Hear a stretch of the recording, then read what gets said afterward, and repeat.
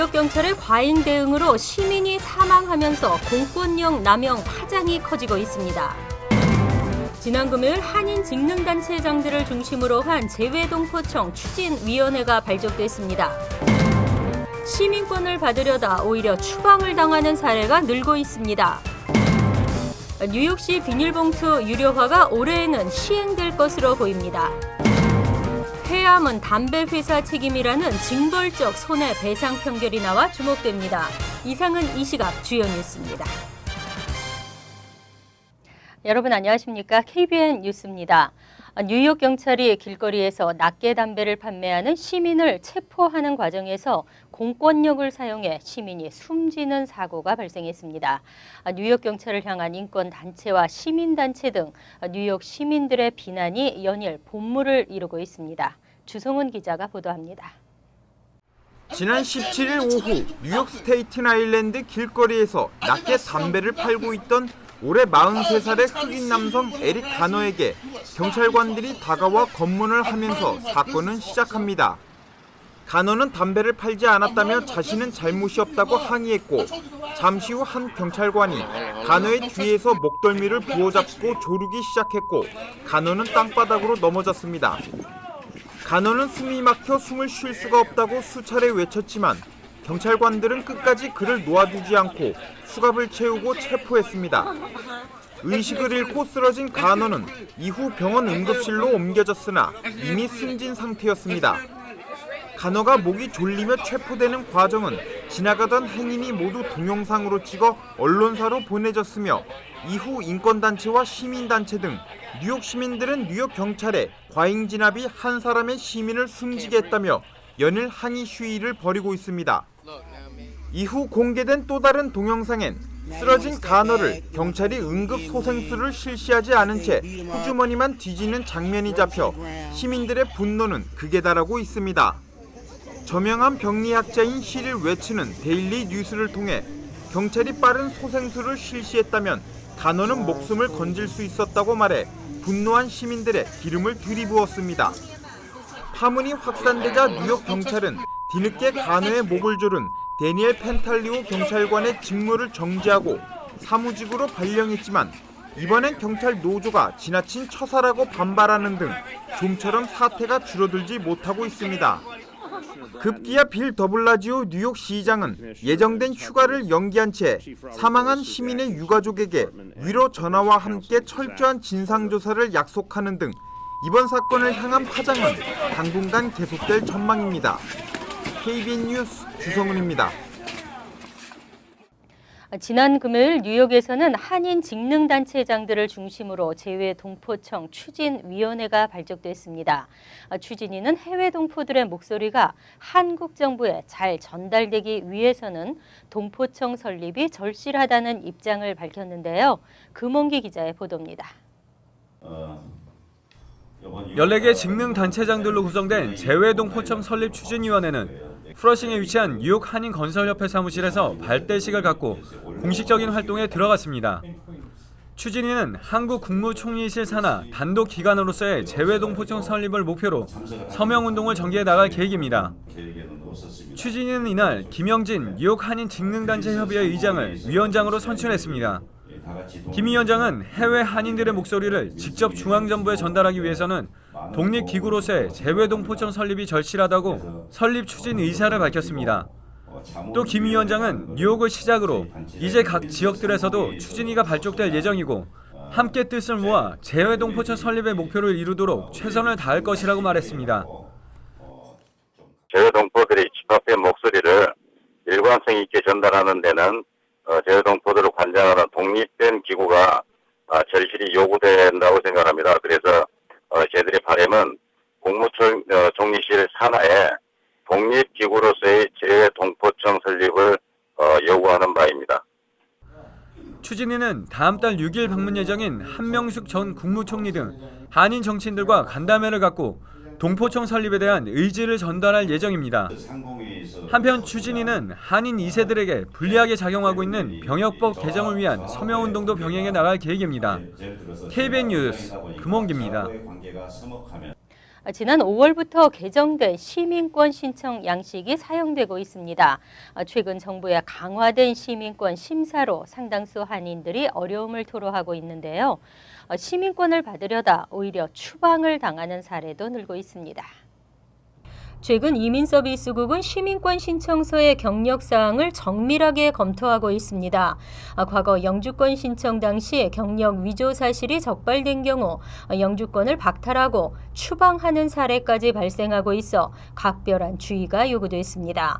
최근 버지니아 페어팩스에 거주하는 한 한인은 10여 년 전 영주권 신청 당시 작성했던 경력 증명서 내용 때문에 추방 대상자가 됐습니다. 영주권 신청 시 한국에서의 직장 근무 경력을 허위 기재했던 것입니다. 영주권은 별 문제 없이 무난히 받았지만 시민권 신청을 하면서 다시 이 서류가 검토되고 허위 경력임이 밝혀졌기 때문입니다. 이 밖에도 이와 비슷한 경력 위조 사실이 적발되면서 시민권이 아니라 추방 통지를 받고 있습니다. 이민 변호사들은 지난 5월 시민권 신청 양식이 개정되면서 한인들이 대거 시민권을 신청했는데 이들 가운데서도 경력 위조 사실이 적발되는 경우가 더 나올 수 있다고 우려했습니다. 전종준 변호사는 시민권 신청 전 자신의 경력을 꼼꼼히 확인할 필요가 있다며 주의를 당부했습니다. 비닐이나 종이봉투의 유료화가 올 가을부터 본격적인 심의에 들어가면 올해에는 시행될 것으로 보이는데요. 하지만 업주들의 반대가 이어지고 있습니다. 최근 데일리 뉴스 보도에 따르면 뉴욕시 수석 부시장 앤서니 쇼리스가 최근 한 라디오 방송에 출연해 비닐봉지 등의 아주 적은 이용 금액을 부과하기만 해도 쓰레기량을 현저히 줄일 수 있다고 밝혔습니다. 앞서 지난 3월에는 브랜드 랜더와 마가릿 친 시 의원이 봉지 한 장에 10센트를 부과하는 조례안을 발의한 바 있습니다. 이렇게 발생한 수입은 해당 업소에 돌아갑니다. 하지만 업주들은 봉지를 유료화할 경우 손님들의 발길이 끊어질 것을 우려하고 있습니다. 뉴욕 그로서리 스토어 협회 브래드 거스트맨 대변인은 스몰 비즈니스에 큰 타격이 될 것이라며 1년 연봉이 $30,000인 가정에겐 한 푼이 아깝다고 반대했습니다. 뉴욕시는 매년 10만 톤의 비닐봉지 쓰레기를 처리하기 위해 $10,000,000를 들여 타주 매립지로 보내고 있는 상황입니다. 폐기되는 비닐봉지가 연평균 52억 장에 육박하고 있습니다. 마이클 블룸버그 전 시장 시절에도 한 장당 6센트를 부과하는 비닐봉지 유료화를 제안한 바 있으나 성사되지 못했습니다. 현재 전국에서 비닐봉지 사용 금지 또는 유료화를 시행 중인 곳은 워싱턴 DC와 LA, 샌프란시스코, 샌호제이 등이며 뉴저지주도 법안을 상정했으나 아직 통과되지 못하고 있습니다. 담배 회사의 폐암 유발 책임 공방과 관련 사상 최고 액수인 $236억 징벌적 손해배상 판결이 내려졌습니다. 담배 회사가 제품의 중독성을 고의적으로 알리지 않았다는 점이 원고 승소의 결과를 낳았습니다.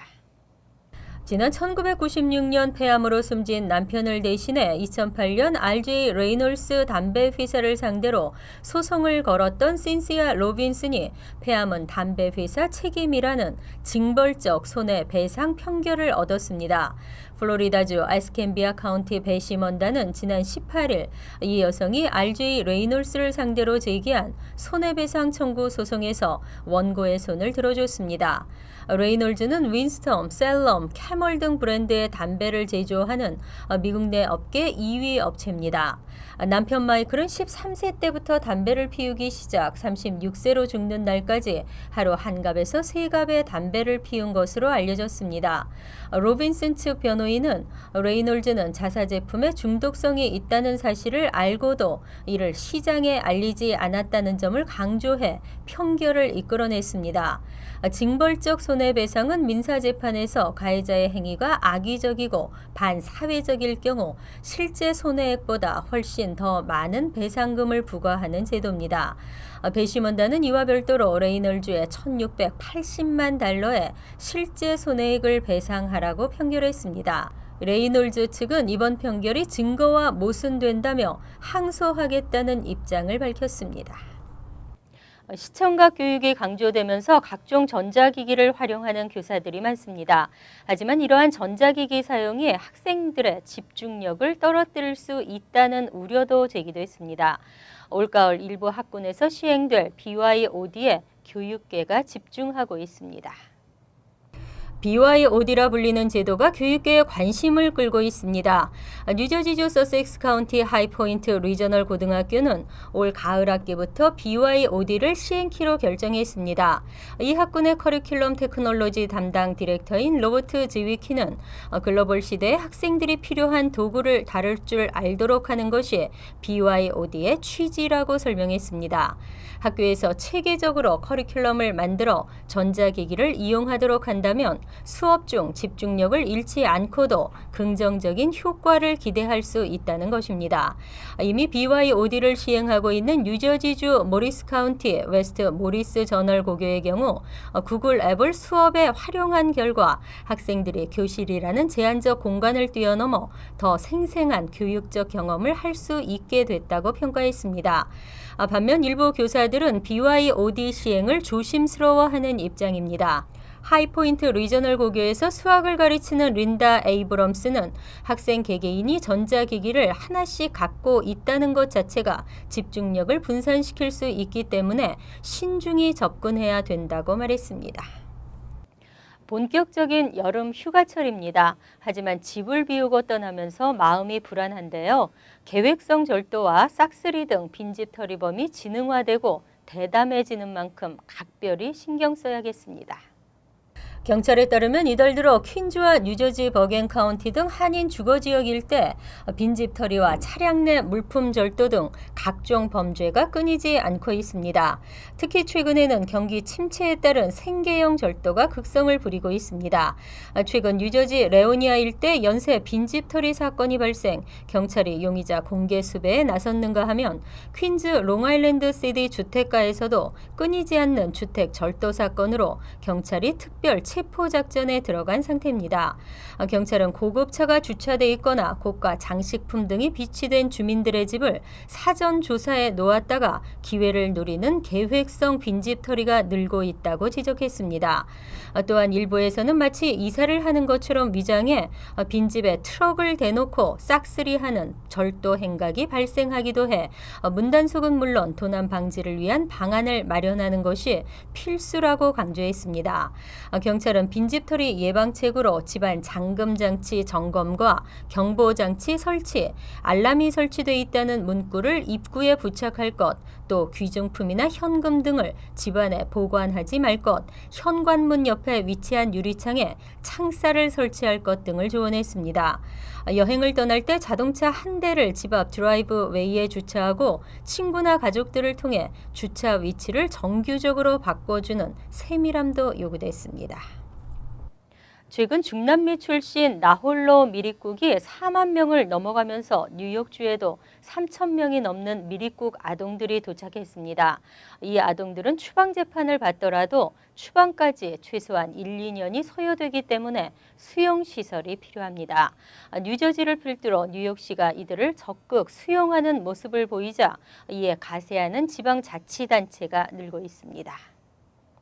USA 투데이는 오늘 일부 주민들의 반대에도 불구하고 담당 구역 미리국 아동을 위한 시설을 열겠다는 지자체장이 증가하고 있다고 전했습니다.